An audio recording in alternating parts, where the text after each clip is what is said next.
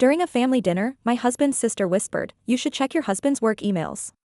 He's planning a secret move without you." I laughed until she showed me the itinerary and divorce papers. I quietly said, "I guess I'll be booking a lawyer before he books a flight." His fork froze midair. I always thought that when my marriage ended, I'd see it coming.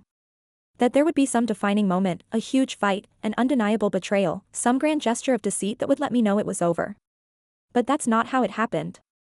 No, my marriage ended on a regular Sunday evening, in the middle of a family dinner, with a whisper from my sister-in-law and the cold, undeniable truth on a glowing phone screen. It was a chilly autumn evening in Boston. The kind where the air smelled like burning wood from distant fireplaces, and the leaves crunched underfoot. Sunday dinner at Joanne and Peter's house had become a non-negotiable routine over the years.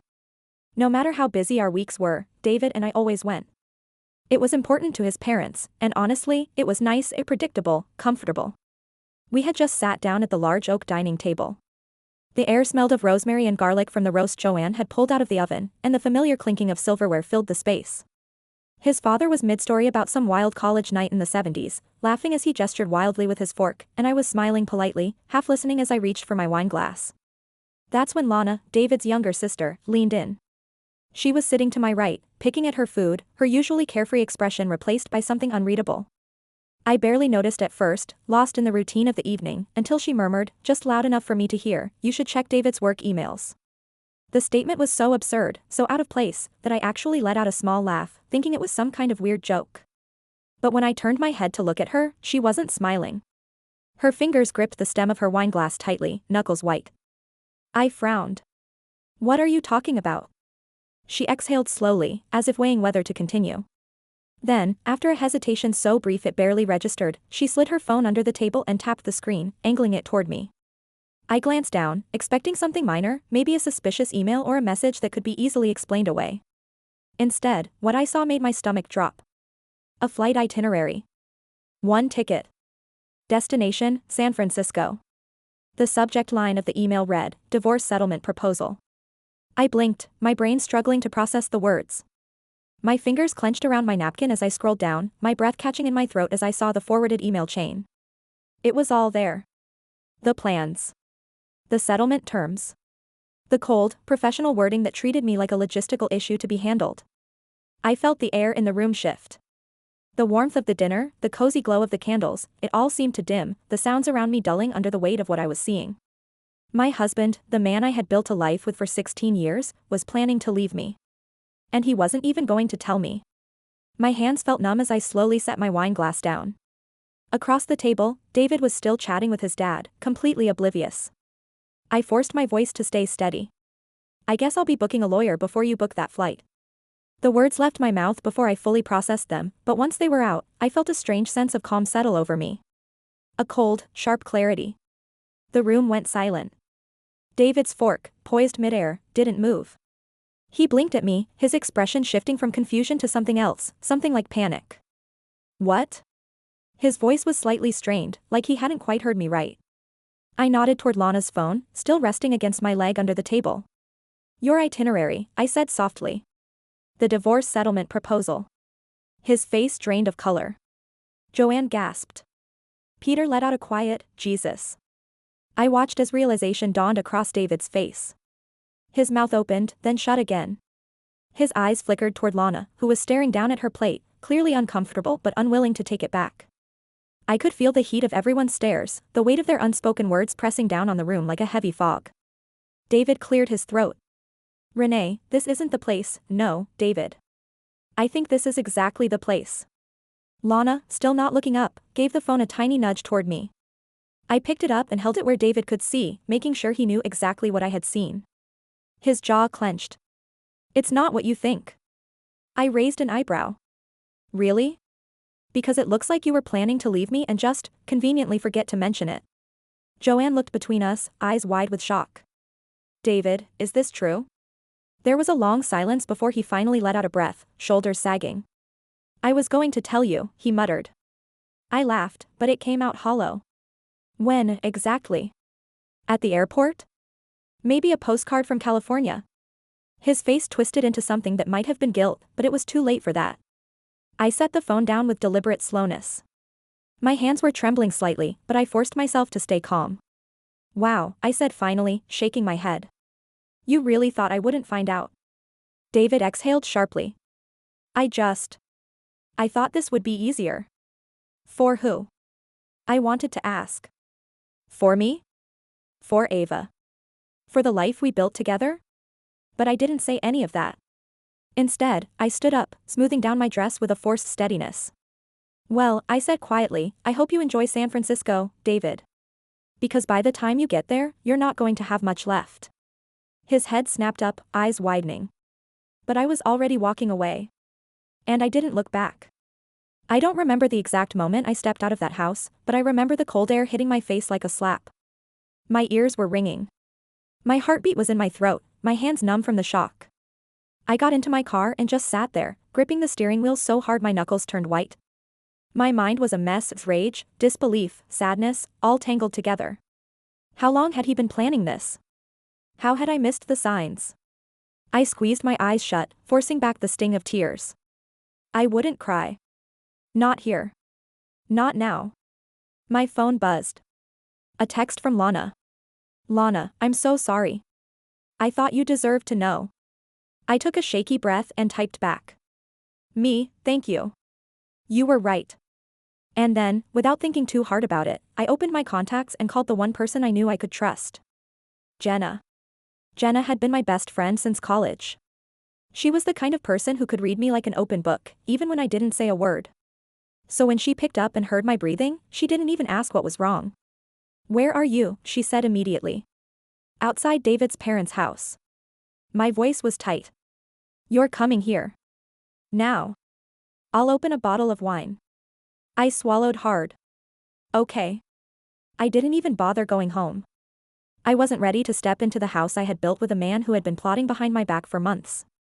By the time I got to Jenna's apartment, the shock was wearing off, and something colder had settled in its place. She pulled me inside and didn't push me to talk right away. Just handed me a glass of wine and let me sit there in silence. Finally, she said, tell me everything. So I did. I told her about the forwarded email, about the flight to San Francisco, about the settlement proposal that David had clearly expected me to just sign without a fight. When I was done, she just stared at me. Then she swore so viciously I almost laughed. That absolute piece of garbage, she hissed. So he was just going to disappear and let you figure it out on your own? No warning? No discussion. I shook my head. Nope. She let out a slow breath. All right. So what's the plan?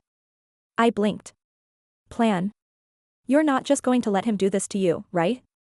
And just like that, the last shred of shock inside me burned away. No. I wasn't.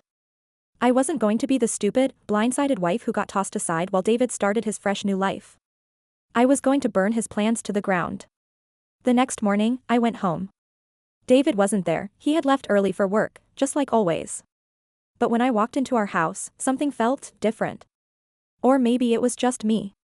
I went straight to our home office and sat at his desk. My fingers hovered over the keyboard for a moment before I took a deep breath and typed in the password. It worked. David had never changed it. And just like that, I was in. My heart pounded as I clicked through his emails, scanning for more information. I wasn't even sure what I was looking for, maybe a smoking gun, maybe just confirmation that this wasn't some horrible mistake. I found both. There were dozens of emails. Conversations with his lawyer. Drafts of the divorce settlement. And something even worse, bank statements showing money transfers I had never known about.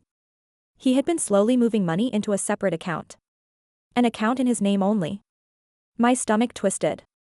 He had been planning this for months. I clenched my jaw and copied everything onto a flash drive. If he thought he was going to leave me with nothing, he had another thing coming.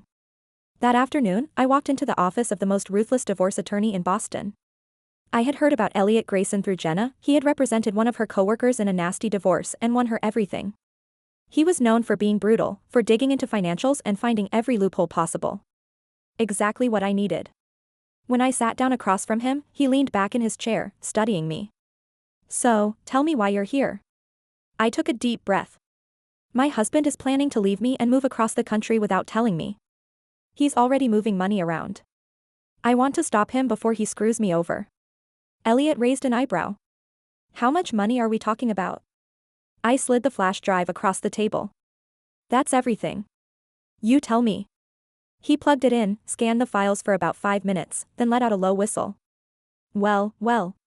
He's not just leaving you, he's trying to rob you blind while he does it. I swallowed hard. Can you stop him? A slow, sharp smile spread across Elliot's face. Oh, sweetheart. Not only can I stop him, but by the time I'm done with him, he'll wish he never even considered pulling this SHT. For the first time since this whole nightmare started, I felt something close to hope. By the time David came home that night, I was ready. I was sitting on the couch, calm, waiting. He walked in, dropping his keys on the table, loosening his tie. He didn't notice me at first. Then he did. And he paused. Hey, he said cautiously. Hey. My voice was cool. Something flickered in his eyes, uncertainty, maybe even guilt. He took a slow step closer. Listen, about last night, I held up a hand. Don't. His jaw tightened. Renee, I stood up, walking over to him. I know about the bank account. His whole body tensed. I tilted my head. And the transfers.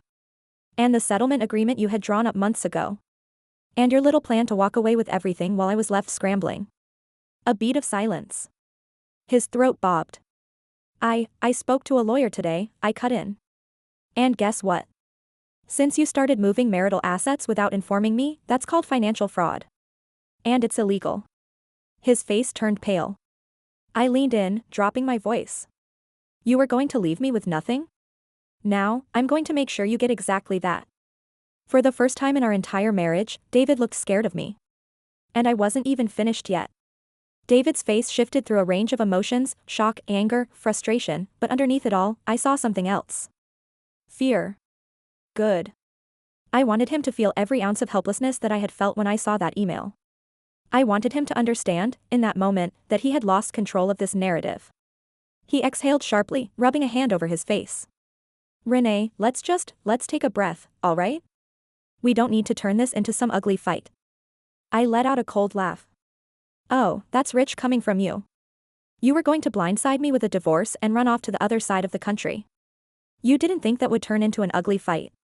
His jaw clenched, but I could tell he was struggling to find the right words. He wasn't used to this, to me not backing down, to me not being the understanding, accommodating wife. He shifted, trying a different approach. I didn't know how to tell you, okay? Things haven't been good between us for a while, and when the opportunity came up, I thought it was the right move for me. For you, I repeated slowly, tasting the bitterness of the words. His silence was answer enough. I took a step back, shaking my head. You didn't even consider talking to me. You didn't think I deserved a conversation before you made a decision that would rip our entire lives apart? David sighed. I didn't want a war, Renee. I folded my arms. Then you shouldn't have betrayed me. Silence stretched between us, thick and suffocating. Finally, David ran a hand through his hair, his frustration evident. Look, you want to fight this out in court? Fine. But at the end of the day, we both know I'm leaving. Let's just get through this like adults. I tilted my head. You want me to handle this like an adult? I took a step forward, lowering my voice. Then let me explain this in a way you'll understand, David. You tried to play me. Now, I'm going to play you back. And trust me, you won't like how it ends. His lips parted, like he wanted to say something. But he didn't. Instead, he just stood there, staring at me, as I walked away. The next few weeks were a blur of legal meetings, asset tracing, and strategy sessions with Elliot, my lawyer. He wasted no time tearing apart David's financial history, exposing every shady transaction and every hidden account. We're going to hit him hard, Elliot told me during one of our meetings. He thought he could just slide money into a separate account and get away with it? He's going to wish he'd done a better job covering his tracks. And Elliot wasn't bluffing. By the time David realized what was happening, I had already frozen our joint accounts and filed an emergency financial restraining order, preventing him from moving any more money. The next time I saw him, it wasn't at home. It was at his lawyer's office. He looked different, worn out, stressed. Probably realizing, for the first time, that this wasn't going to go his way. His lawyer, some polished guy in a too expensive suit, greeted me with a fake smile before getting right to the point. Mrs. Carter, we believe it's in everyone's best interest to settle this amicably. David has agreed to be fair in the division of assets, Elliot cut him off with a sharp laugh. Oh, is that right? Because from where I'm sitting, your client was actively trying to hide money and abandon his wife without notice. That doesn't scream fair to me. David exhaled sharply. Come on, Renee. Do we really need to drag this out? I smiled at him, but it wasn't friendly. You should have thought about that before you planned to walk away with everything. His lawyer cleared his throat, shifting uncomfortably. All right. Why don't we discuss terms? Elliot leaned forward. Here's what's going to happen. Renee will be getting the house. She'll also be receiving spousal support, since your client was the primary breadwinner and made unilateral financial decisions behind her back. And considering he was transferring marital assets without disclosure, we may even be looking at punitive damages. David stiffened. That's ridiculous, his lawyer put a hand up, as if trying to keep him calm. Let's not get ahead of ourselves. We're open to negotiation, but Elliot slid a folder across the table. Oh, I don't think you understand.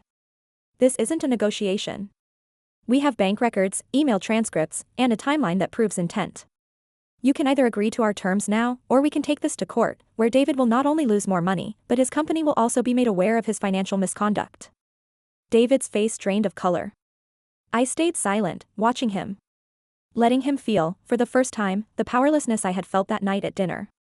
His lawyer shifted in his seat. We need time to review this. Elliot leaned back, unconcerned.